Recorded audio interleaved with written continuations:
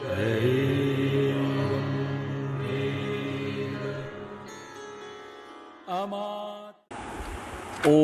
सहना भवतु सहनौ भुनक्तु सह वीर्यङ्करवावहै तेजस्विनावधीतमस्तु मा विद्विषावहै। ओम शांति शांति शांति हरि ओम। नमस्कार। प्राणायाम यूट्यूब चैनलेर माध्यमे सम्प्रचारित सत्कथाय प्रतिदिनेर प्रार्थनार धाराबाहिक अनुध्यानेर 390तम दिनेर पर्वे आपनादेर सकलके स्वागत जानाई। आज आमरा नाम जपेर माहात्म्य निये एकटु स्मरण मनन करब। आमरा बारबार जानी जे एकमात्र नाम नामी के नामिये आनेन, अर्थात भगवान के नामाय। आमरा तार जे कथा बोली, तार जे स्मरण मनन करी, सर्वदा मने राखते हय भगवान की नामेन। हाँ, भगवान नामेन। किसे नामेन? ना भगवान नामेते नामेन। तार नाम करले कि हय? तार नाम करले मान चले जाए। मान माने नाम के उल्टे दिन मान। मान माने अहंकार।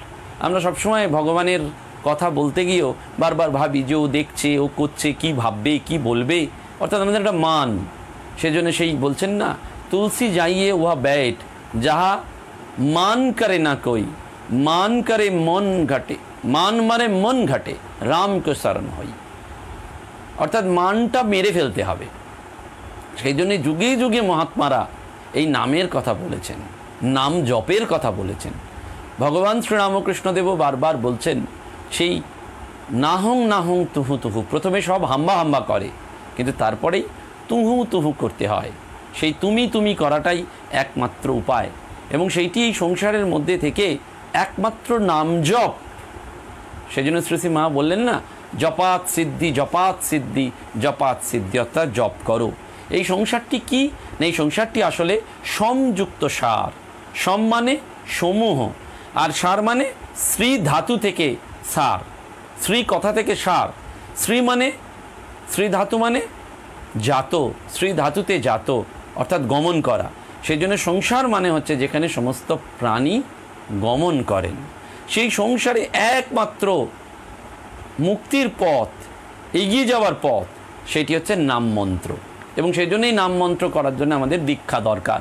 বারবার বলা হয় দীক্ষা কি না, দিয়তে এবং ক্ষিয়তে, দান করে এবং ক্ষয় করে। কি দান করে না, ঈশ্বর সম্বন্ধীয় জ্ঞান দান হয় এই দীক্ষার মাধ্যমে, গুরু আমাদের সেটি করেন। আর কি হয় না, আমাদের পাপ রাশি, সেই পাপ রাশিটি আমাদের কাছ থেকে ক্ষয়ে যায়। সেই জন্য গুরু শব্দটি এসছে না, ওই গু ধাতুর সাথে রূপ প্রত্যয় যোগে গিলতি গীর্তি গৃণাতি। বারবার বলা হচ্ছে যেষাং দর্শন মাত্রেণ শ্রদ্ধা মুক্ষে বিবর্ততে, যেষাং চ বাগ বিলাসেন সংশয় বিনিবর্তন্তে। অর্থাৎ কে গুরু? যাকে দেখলেই শ্রদ্ধা এবং মুক্তির ইচ্ছা আসবে। বেলুর মঠে, শ্রী সারদা মঠে, শ্রী শারদেশ্বরী আশ্রমে বা নিজ নিজ গুরুস্থানে যান, গুরু মূর্তি দর্শন করলেই একটা শ্রদ্ধা মনে, মন অটোমেটিক্যালি আত্মসমর্পণে যায়। শ্রদ্ধা যে সং দর্শন মাত্রেণ শ্রদ্ধা মোক্ষে বিবর্ততে। বিবর্তিত হবে মনের মধ্যে। আমি কি করলাম, এই জীবন ত্যাগ, পবিত্র পুত জীবন, আর আমি কিছু করতে পারছি না। যে সংচ বাগ বিলাসেন সংশয় বিনিবর্তন্তে। যার সাথে একটু কথা বললেই মনের সংশয় চলে যাবে। ঠাকুরের জীবনে যারা যারা এসেছেন সবাই দেখুন সংশয় নিয়ে এসেছিলেন, ফিরে গেছেন বিশ্বাস নিয়ে। সংসারে দোদুল্যমানতায় তারা ভুগেছেন, কিন্তু যখন প্রকৃতভাবে ঠাকুরের কাছে সমর্পণ করেছেন তখন বিশ্বাসে একেবারে বলিয়ান হয়েছেন। স্বয়ং নরেন্দ্রনাথই এসেছিলেন অবিশ্বাস নিয়ে, সংশয় নিয়ে। আপনি কি ঈশ্বর দর্শন করেছেন? ঈশ্বর কি দেখা যায়? সবাই বলেছিলেন জ্যোতি দেখছি, এই ভগবানকে এত জপ করতে হবে। ঠাকুর পরিষ্কার উত্তর দিয়ে দিলেন, হ্যাঁ রে দেখা যায়, তোকে যেমন দেখছি তার থেকে স্পষ্টভাবে দেখা যায়। এই যে স্পষ্টভাবে দেখা, এই অ্যাফার্মেটিভ কনফার্মেশন গুরুই দিতে পারেন, আর কেউ দিতে পারবেন না। একদম অ্যাফার্মেটিভ, হ্যাঁ, ইয়েস, কোনো হেজিটেশন নেই। আর একবারে কনফার্ম করছেন, ইয়েস, ইউ ক্যান লক ইট, যে তুমি যেমন দেখেছো, তোমাকে যেমন দেখছি তার থেকে স্পষ্ট, আরও বেশি ট্রান্সপারেন্ট, ভিভিডলি দেখতে পাচ্ছি। সেইটি গুরু করেন।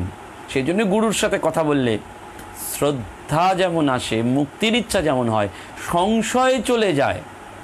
বারবার বলা হচ্ছে গুরু কা দুয়ার মে কুত্তা কামা পিক পারাও, গুরু কিচ্ছু করবেন না, চোখ দিয়ে শুধু তাকাবেন, জন্ম জন্মান্তরের সংস্কারটা চলে যাবে। আমরা দেখবেন মঠ মিশনে এদিক ওদিক কত ঘুরি, কত বক্তৃতা শুনি, কিন্তু লক্ষ্য করে দেখবেন আমরা গুরু সেবাটা চট করে করতে চাই না, গুরুর কাছে যেতে পারি না। বেলুড় মঠে গুরুর ঘরে গিয়ে বসতে চাই না, কম সময় থাকতে চাই। ও কত যাব, কি করে যাব, এত দূর, যানবাহন, এই লঞ্চ পাবো না, এই বা অফিসের থেকে এই আসবে, ওই ছেলের স্কুল কলেজ। গুরু বসে রয়েছেন, গুরুর যখন শরীর চলে যাচ্ছে তখন কাঁদছে গিয়ে। আর যারা অনেক আগে দীক্ষা নিয়েছেন, হয়তো গুরু স্থূল শরীরে নেই, ঠাকুরের মূর্তির দিকে তাকান, গুরুকে দেখতে পাওয়া যায়, মিলেমিশে একাকার হয়ে যায়। সেই জন্য পূজ্যপাদ গহনানন্দজি বলতেন না, যে সবসময় তাকে, নিজেদেরকে তার প্রতিনিধি ভাববে, হয়েছে। এবং বলছেন যে ঠাকুরের ওপর নির্ভর করে থাকলে সমস্ত সমস্যার সমাধান হয়ে যায়। আমরা যে কোনো সমস্যার সমাধান জাগতিকভাবে খুঁজতে চাই, আধ্যাত্মিকভাবে খোঁজার চেষ্টাই করি না। যদি স্পিরিচুয়ালি একটু দেখেন মন দিয়ে তলিয়ে, তাহলে ওই প্রত্যেকটা সমস্যার একটা স্পিরিচুয়াল সলিউশন আছে। সেই স্পিরিচুয়াল সলিউশনটি গুরু বলে দেন। সেই জন্য গুরু কা মাফিক। কেন এই কথা বলছি? মহাপুরুষ মহারাজ বেলুড় মঠে রয়েছেন, স্বামীজির ওই সেই ঘরটিতে থাকতেন, পাশের ঘরটিতে যেমন থাকতেন। তো বিকালবেলায় বেড়াতে বেরিয়েছেন, তো বেলুড় মঠের ওই নিচেই গঙ্গার পাড়ের ওই পুরনো দালানে তিনি পায়চারি করছেন, আর সঙ্গে আছেন পশুপতি মহারাজ, স্বামী বিজয়ানন্দজি।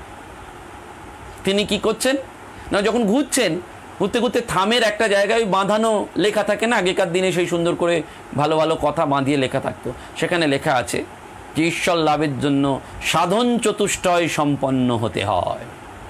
সাধন চতুষ্টয়, বৈরাগ্য, নিত্য অনিত্য, বিবেক বস্তু, ইহমূত্র ফলবিরোগ, সব। মহাপুরুষ মহারাজ বিজয়ানন্দজিকে দেখাচ্ছেন, দেখ। বিজয়ানন্দজি দেখলেন, তারপরেই ওই থামের উল্টো দিকে যেই গেছেন, সেখানেও ওরকম একটা সুন্দর কথা ফলকে লেখা আছে, গুরু সেবায় অসাধ্য সাধন হয়ে যায়। তখন পশুপতি মহারাজ মহাপুরুষ মহারাজকে একেবারে লাঠিটা দিয়ে দেখাচ্ছেন, দেখুন গুরু সেবায়। তখন মহাপুরুষ মহারাজ খুব খুশি হয়েছেন, প্রাণ ভরে আশীর্বাদ করছেন, এই যে গুরু সেবায়, ওই গুরুকে দর্শন করলেই। পরম পূজনীয়া শ্রদ্ধাপ্রাণা মাতাজি বারবার বলতেন, মন্দিরে মা অপেক্ষা করে রয়েছেন, আসবে। মা অপেক্ষা করে থাকেন। আমরা মনে করি আমরা গিয়ে মাকে প্রণাম করব, না, the mother is also waiting for her Son, her child, her devotees. এবং তিনি ওই বারবার নবাগতা ব্রহ্মচারিণীদের বলতেন যে আমি আর কি দেবো, ঠাকুরের অ্যাকাউন্ট থেকে, মায়ের অ্যাকাউন্ট থেকে আর স্বামীজির অ্যাকাউন্ট থেকে তোমাদের 3টে চেক দিয়ে যাচ্ছি, যে চেক আজীবন তোমাদের সঙ্গে রেখো, যখনই সমস্যায় পড়বে সেই চেকটাই ভাঙাবে। এই দেখুন, পূজনীয়া শ্রদ্ধাপ্রাণা মাতাজি এই কথাটি বলছেন। ভারতী প্রাণা মাতাজি বলছেন, রথের দিন আর ওই মায়ের তিথি পুজোর দিন মঠে আসবে, বিশেষ করে বলছেন। মোক্ষপ্রাণা মাতাজি বলছেন, সবাই বলছেন। এবং বারবার এদের ভাব এটি যে জীবনটা তো তার কাছে নোংর করে দিয়েছ, তাহলে এত ভাবছো কেন? এই যে নির্ভরতা, সেইটির জন্যেই ওই গুরুকরণ, সেইটির জন্যই বিশ্বাস। যেতে যেতে তবে হয়। ভগবান রামচন্দ্রের জীবনের সে গল্প আছে, রামচন্দ্র যখন ওই লঙ্কায় যাবেন এপার থেকে ওপার, তার জন্য কিন্তু পাথর বেঁধে সেতু তৈরি করা হলো। আর হনুমান দেখুন, এক বিশ্বাসে জয় শ্রীরাম বলে ওই পবনপুত্র হনুমান এক লাফে সমুদ্র পার হয়ে গেল।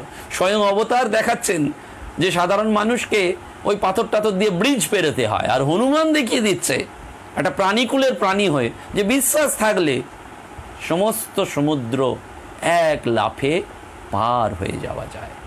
বিশ্বাস আসে কি করে? নাম জপের ফলে বিশ্বাস আসে। মন্ত্রকে জাগাতে হয়। পূজনীয় শঙ্করানন্দজি মহারাজ বারবার বলতেন, মাতৃজরায়ুবৎ, মন্ত্র হচ্ছে মাতৃজরায়ুবৎ, তার মধ্যে থাকবে। কিন্তু repetition of this names repetition, সেই নামটা বারবার করলে কি হয়, মন্ত্র তখন চোখের সামনে জল করে, মন্ত্র তখন ভাস্বর হয়ে যায় এবং সেইটি আমাদের সংসারের পারেই নিয়ে যায়। সেই জন্য দীক্ষা দিয়তে এবং ক্ষিয়তে জন্ম জন্মান্তরের সংস্কারকে ক্ষয় করে আর ঈশ্বর সম্বন্ধীয় জ্ঞান দেয় এবং সেই জন্যে মনন করে এই ভববন্ধন পার করে বলে এর নাম মন্ত্র। এবং সেই জন্য বারবার বলা হয় নাম মন্ত্র, অর্থাৎ নাম করতে করতে দীক্ষাকালে যে নামটি আমরা পাই সেইটি জপ করতে করতে এই নাম মন্ত্রর মধ্যে দিয়ে আমাদের এগিয়ে যাওয়ার কথা বলা হয়েছে, যেটি শ্রী মাও বারবার বলতেন, জপাত সিদ্ধি জপাত সিদ্ধি জপাত সিদ্ধি, অর্থাৎ মানস উচ্চারণ, দেবতার প্রীতির নিমিত্ত যে কর্ম সেটি যজ্ঞ, সেটি আমি পুজো টুজো সমস্ত ইত্যাদি ইত্যাদি করছি সচ্চিদানন্দ পরব্রহ্মকে তুষ্ট লাভ করার জন্য। কিন্তু যদি পুজো করতে না পারি, যদি বেলপাতা না দিতে পারি, যদি ফুল না থাকে, এই যে মাঝে দেখুন মহামারীর সময় ফুলও আমরা দিতে পারছিলাম না, কি হবে তখন? তোমার মানস সেবাটা করো, গুরু তোমার ওইটিতে বড্ড তৃপ্ত হন যদি তুমি তার দেয়া নামটি করো। এবং সেই জন্য মন্ত্র জপ মনে মনে করতে হয় আর স্তব স্তুতিটা উচ্চ স্বরে করতে হয়।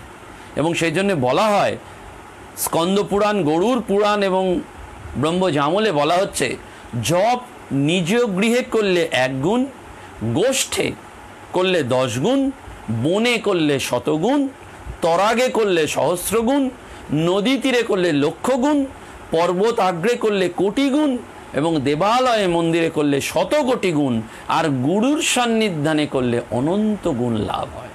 অর্থাৎ গুরুর সামনে বসে জপ করে যাও। গুরু রয়েছেন অনেকে, দেখবেন বেলুড় মঠে লক্ষ্য করে দেখবেন প্রেসিডেন্ট মহারাজের ওই কোয়ার্টার্সে গিয়ে বা ভাইস প্রেসিডেন্ট মহারাজের কোয়ার্টার্সে গিয়ে চুপ করে গুরু মহারাজ বসে আছেন, তার সামনে জপটি করছেন। সেজন্য জপ ধ্যান এই সমস্ত সাধনা শ্রী গুরু নির্দিষ্ট পথেই করতে হয়। বেদে সেই জন্য বলা হয়েছে পূজা শব্দের অর্থ যার দ্বারা পুর অর্থাৎ ভোগফল সিদ্ধি হয়, সেইটি পূজা। শিবপুরাণে সেই জন্য জপ ধ্যানের আগে মুখ মার্জনা করতে হয়। মুখ মার্জনা করলে গঙ্গা যমুনা এরা প্রীত হন, চোখ দুটো স্পর্শ করলে সূর্যচন্দ্র প্রীত হন, নাসিকা পুটো স্পর্শ করলে অশ্বিনী কুমার প্রীত হন, আর কর্ণদ্বয় স্পর্শ করলে বায়ু অগ্নি প্রীত হন, হৃদয় স্পর্শ করলে সূর্যদেবতা প্রীত হন, আর মস্তক স্পর্শ করলে পরমেশ্বর বা পরম পুরুষ পরমেশ্বর তিনি প্রীত হন। স্কন্দ পুরাণ, শিব পুরাণ এসব পুরাণে বলা হচ্ছে এই যে প্রীতির জন্য। এবং সন্ধ্যা এবং মধ্যাহ্ন কোন সময় এই জপ না প্রাতঃকালে এবং সন্ধ্যার সময়, যেখানে ব্রহ্মা, সূর্য, শিব, হরি সমস্ত দেবতাগণ একসাথে সম্মিলিত হন, সেইখানেই এই জপটি বারবার করা হয়।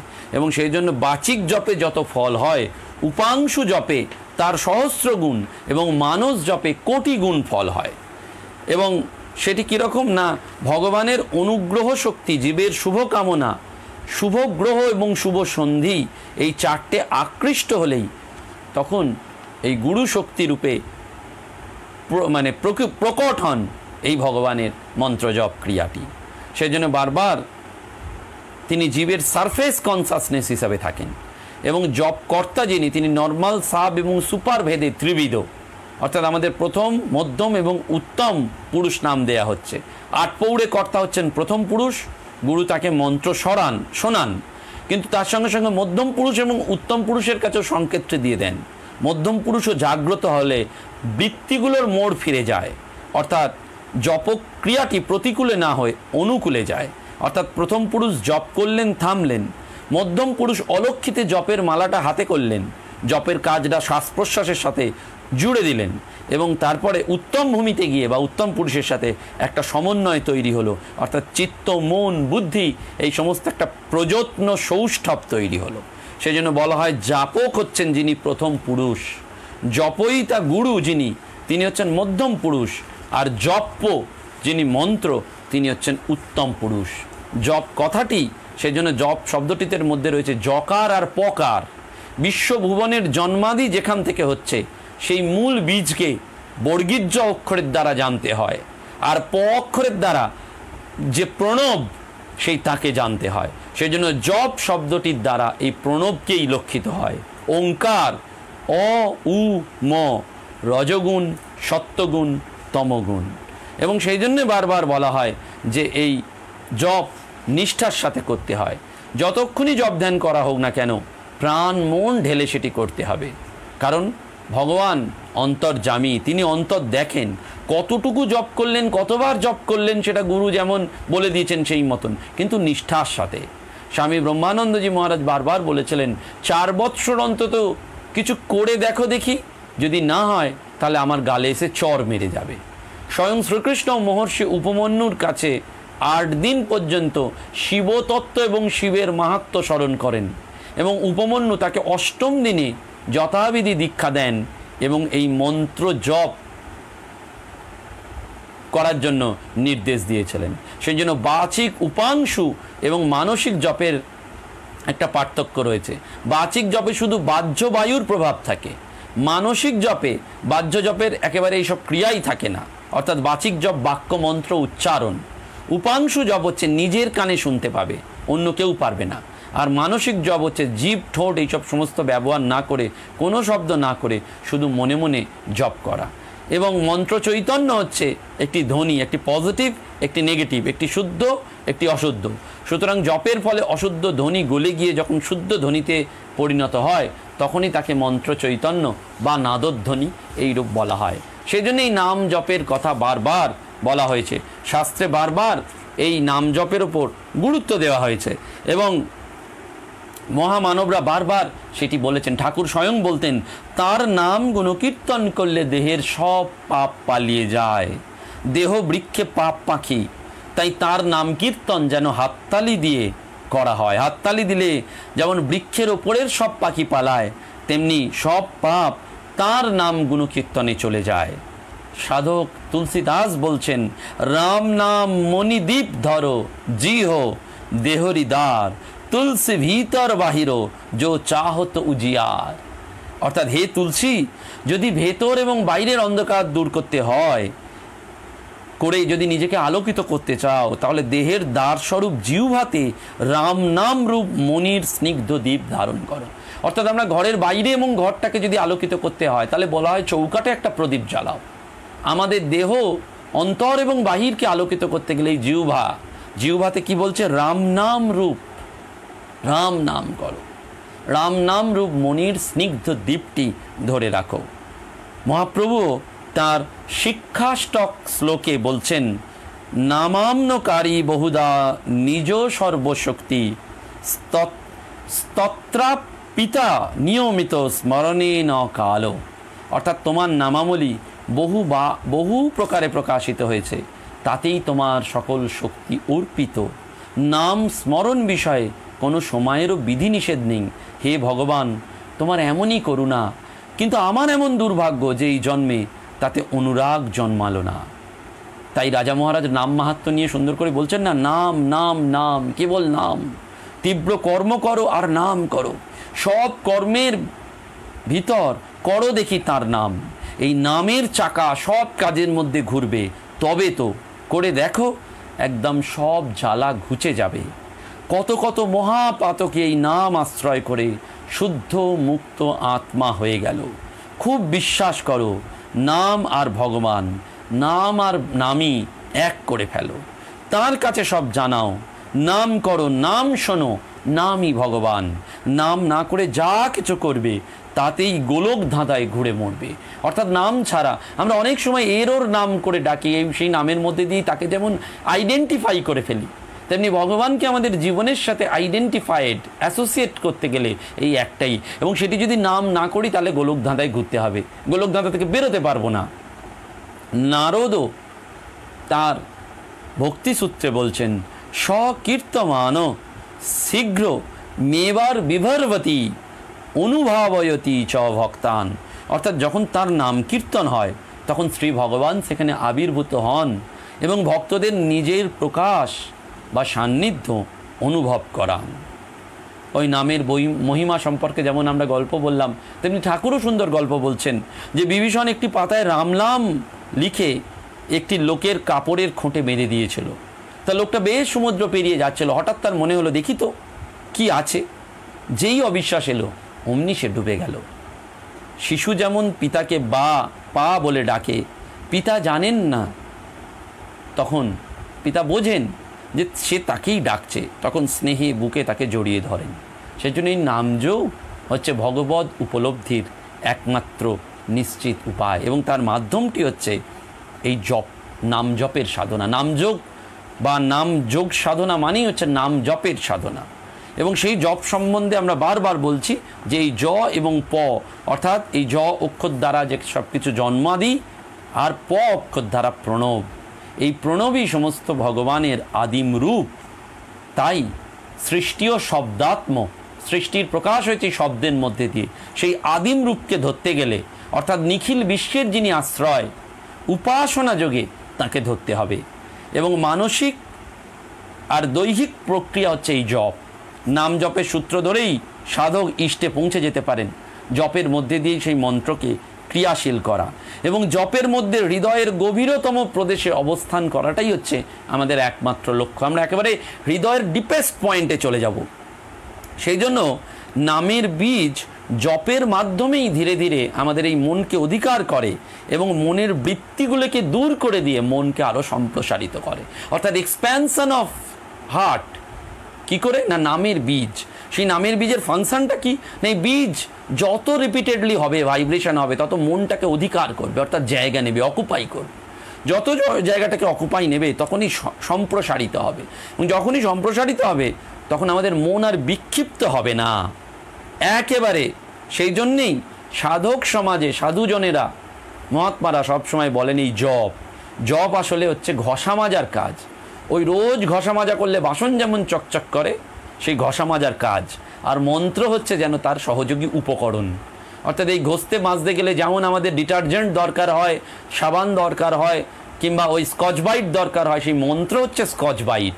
প্রতিদিন তার ইউটিলাইজেশন করলে ওই ঘষা মাজা করতে করতে মনের এক্সপ্যানশন হবে, এবং চিত্ত দর্পণটা যত পরিষ্কার হবে, মনের আয়নাটা যত পরিষ্কার হবে, তত আমরা ভগবানকে বুঝতে পারবো এবং গভীরে গিয়ে ওই পরমেশ্বর বা ইষ্ট দেবতার সাথে একাত্ম অনুভব করব। সেজন্য বলা হয় জপ যেমন ওই মানসিক জপ, উপাংশু জপ, বাচিক জপ, তেমনি আর একটিভাবে বলা হচ্ছে যে জপ হচ্ছে কাম্য এবং নিত্য। কাম্য জপ কেমন না, কোনো পুজোয় নির্দিষ্ট সংখ্যক জপের বিধি আছে। দেখবেন ব্রাহ্মণরা অনেক সময় সংকল্প করার পর একটা জপ করেন, এটি কাম্য জপ। অর্থাৎ সেই পূজায় সেই মন্ত্র নির্দিষ্ট সংখ্যায় জপ করলে তবেই সিদ্ধি লাভ, বাঞ্ছিত ফল। আর নিত্য জপটা কি, গুরু আমাদের প্রতিদিন যেটি বলেছেন কতবার করতে হবে, কত সংখ্যক করতে হবে, এবং সেই বার এবং সংখ্যার সাথে অনুরাগ, সেটি হচ্ছে নিত্য জপ। এবং এই জপের প্রণালীটা কি না, মেরুদণ্ডটাকে সোজা রেখে উচ্চ স্বরে বা নিম্ন স্বরে জপের, ওষ্ঠ অধর নেড়ে শব্দ না করে একেবারে মনে মনে, কেউ কেউ আঙুলে, কেউ কেউ মালায়, কেউ কেউ বা খাতায় নাম লিখেও জপ করতে পারেন, কিন্তু গুরু যেরাম যেরাম বলে দিয়েছেন। এবং তদ্গত চিত্ত হয়ে জিহ্বা ওষ্ঠকে চালিয়ে একমাত্র নিজের যে শ্রবণযোগ্য শব্দ সমন্বিত জপ উপাংশু জপ। বাচিক মন্ত্র জপে অপরেও শুনতে পাওয়া, আর জিহ্বা জপ হলে কি না, জিহ্বা নড়বে কিন্তু ঠোঁট নড়বে না ভেতরে ভেতরে। আর মনে মনে জপ হচ্ছে মানস জপ। অর্থাৎ জপেরও কি উপাংশু জপ, বাচিক জপ, জিহ্বা জপ, মানস জপ। সেজন্য রামপ্রসাদী গানে রয়েছে, ডাক দেখি তুই মনে মনে, মা যে মনের কথা আগে শোনে। বলছেন তুই মনে মনে ডাক, মা মনের কথা আগে শোনে। ডাক দেখি তুই মনে মনে, মা যে মনের কথা আগে শোনে। সেই জন্য মানস জপকে শ্রেষ্ঠ সাধনা বলা হচ্ছে। এবং এই সংখ্যা জপও অনেকে করেন, অজপা জপ করেন, শ্বাসে হং আর প্রশ্বাসে স উভয় মিলেই হংস। সেই মহামন্ত্র জীব সর্বদাই অজ্ঞাত সারে আমৃত্যু করে যেতে চান। এবং অবতার মহাপুরুষগণ সবাই এই জপের কথা এক বাক্যে স্বীকার করেছেন, কারণ না এর মূল জায়গাটি রয়েছে বেদে। জপের মাধ্যমেই সৃষ্টি, এবং এই সৃষ্টি নামাত্মক। মহর্ষি বশিষ্ঠ একজন জাপক পুরুষ ছিলেন, এবং কথিত আছে এই মহর্ষি বাল্মীকি 60,000 রামনাম জপ করে সিদ্ধি লাভ করেন। তানসেনের গুরু হরিদাস গোস্বামী বৃন্দাবনের নিধুবনে জপযোগে দেহ রাখেন। ঠাকুর হরিদাস অহরাত্র 3 লক্ষ জপ করতেন। মহাপ্রভুর জীবনেও দেখা যায় যে শেষ 18 বছর তিনি নামেই ডুবে থাকতেন। তাই ঠাকুর বলছেন, হ্যাঁ, জপ থেকে ঈশ্বর লাভ হয়, নির্জনে গোপনে তার নাম করতে করতে তার কৃপা হয়। ঠাকুর বলে যাচ্ছেন। এবং বলছেন তারপর দর্শন, জলের ভেতর ডোবানো বাহাদুরি কাঠ, তীরেতে শিকল দিয়ে বাঁধা, সেই শিকলের এক এক পাক ধরে গেলে শেষে বাহাদুরি কাঠকে স্পর্শ করা যায়। এবং কোনো কোনো ক্ষেত্রে ঠাকুর বলছেন পূজার চেয়ে জপ বড়, জপের চেয়ে ধ্যান বড়, ধ্যানের চেয়ে ভাব বড়, ভাবের চেয়ে মহাভাব বা প্রেম আরও বড়। স্বামী অরূপানন্দজি শ্রী শ্রী মাকে একবার জিজ্ঞাসা করেছিলেন, আঙুলে মন্ত্র জপ করবার দরকার কি? এমনি জপ করলেই তো হয়। তার উত্তরে জগজ্জননী মা বলেছিলেন, ভগবান আঙুল দিয়েছেন মন্ত্র জপ করে সার্থকতা করবে বলে। অর্থাৎ এই আঙুলগুলোরও কাজ রয়েছে, মন্ত্র জপের মাধ্যমে এর সার্থকতা। সেই জন্য তিনি অন্য সময় বলেছিলেন, জপ ধ্যান সব যথাসময়ে আলস্য ত্যাগ করে করতে হয়। নারায়ণ আয়েঙ্গারকে বলেছিলেন, হ্যাঁ মন্ত্র জপও করবে বই কি, তবে মন স্থির করে একবার ডাকলে লক্ষ জপের কাজ হয়। নতুবা সারাদিন জপ করছো কিন্তু মন নেই, তাতে ফল কি? মন চাই, তবে তাঁর কৃপা। শ্রীমতীকে মা বলেছিলেন সব সময় ঘড়ির কাঁটার মতন ইষ্ট মন্ত্র জপ করবে। স্বামী ঈশানানন্দজির প্রতি মায়ের নির্দেশ ছিল, কাজকর্ম করবে বই কি, কাজে মন ভালো থাকে, তবে জপ ধ্যান এবং প্রার্থনাও বিশেষ দরকার। অন্তত সকাল সন্ধ্যায় একবার বসতেই হয়, ওটি হলো নৌকার হাল। অর্থাৎ এই জপ ধ্যানকে তিনি নৌকার হালের সাথে বলছেন। সুরেন্দ্রনাথ সরকারকে মা বলেছিলেন, জপ অভ্যাস করতে করতে মানুষ সিদ্ধ হয়, জপাত সিদ্ধি জপাত সিদ্ধি জপাত সিদ্ধি। অন্যত্র তিনি বলেছিলেন, ধ্যান না হয় জপ করবে, জপ করলেই সিদ্ধি লাভ করবে। অর্থাৎ এই জপ জীবিত অবস্থায় করলে মুক্তির আনন্দ পাওয়া যায়। জীবন মুক্তির অবস্থা পেতে গেলে একমাত্র এই জপই আমাদের একমাত্র অবলম্বন। সেখানেই এই জপ, নাম জপের এই মাহাত্ম্য, নাম জপের এই পাওয়ার এবং নাম জপ নিয়ে সবাই এক সাকারে বলে দিয়ে গেছেন, যেটি ঠাকুরের কথা, জীবের অহং যায় না, জীব আমি লই এত যন্ত্রণা, গরু হাম্বা হাম্বা করে ওই তুহু তুহু। জীবন মুক্তির স্বাদটি পেতে গেলে আমাদের নাম জপের সাগরে মগ্ন হতে হবে। শঙ্করী চরণে মগ্ন হও রে মন যেমন আছে। আসুন না আমরা নাম জপের সাগরে মগ্ন হই। এই মগ্নতাই আমাদের ঈশ্বর তন্ময়তা এনে দেবে। সে যে মগ্ন পুরুষ আমাদের তন্ময় হওয়ার জন্য আহ্বান করেন। সকলকে প্রণাম জানিয়ে আজকের অনুধ্যানের বিরতি নিচ্ছি। নমস্কার, ধন্যবাদ।